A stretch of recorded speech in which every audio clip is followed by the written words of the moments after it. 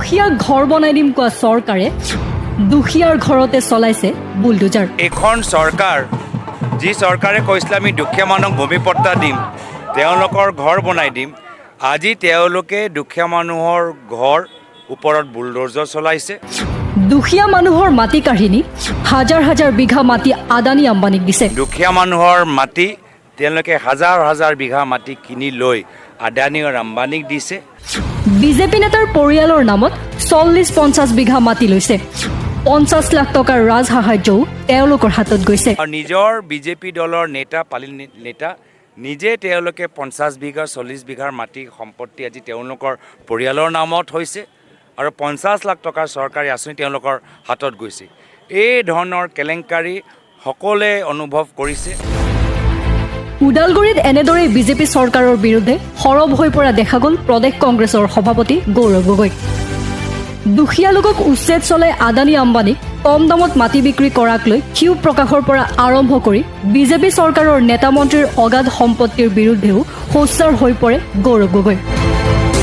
গৌৰৱ গগৈৰ মতে জলজীৱন আঁচনিয়েই হওক, MGNৰেগাই হওক বা প্ৰধানমন্ত্ৰী আৱাস যোজনাৰ নামতেই হওক, সকলোকে দুৰ্নীতি চলি থকাৰ অভিযোগ উত্থাপন কৰে গৌৰৱ গগৈয়ে। আৰু ইয়াত আমি য'ত আহিছোঁ ইয়াতো কৈছে যে আজি MGNৰেগা আৱাস যোজনাৰ ভিতৰত জল জীৱন আঁচনি আটাইতকৈ ইয়াত পইচা লুণ্ঠন ইয়াত হৈ আছে। দুখীয়া মানুহক ভূমিৰ পট্টা দিব পৰা নাই, আদানী আম্বানীক 40-50 হাজাৰ বিঘা মাটি দিবলৈ ওলাইছে।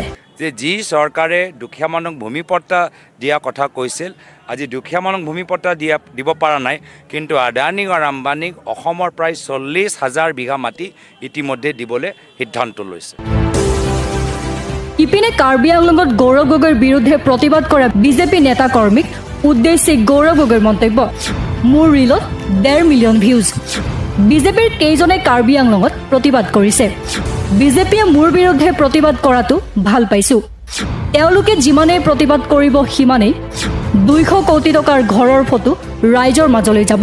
বিজেপিটো কৰিব, কিয় নকৰিব?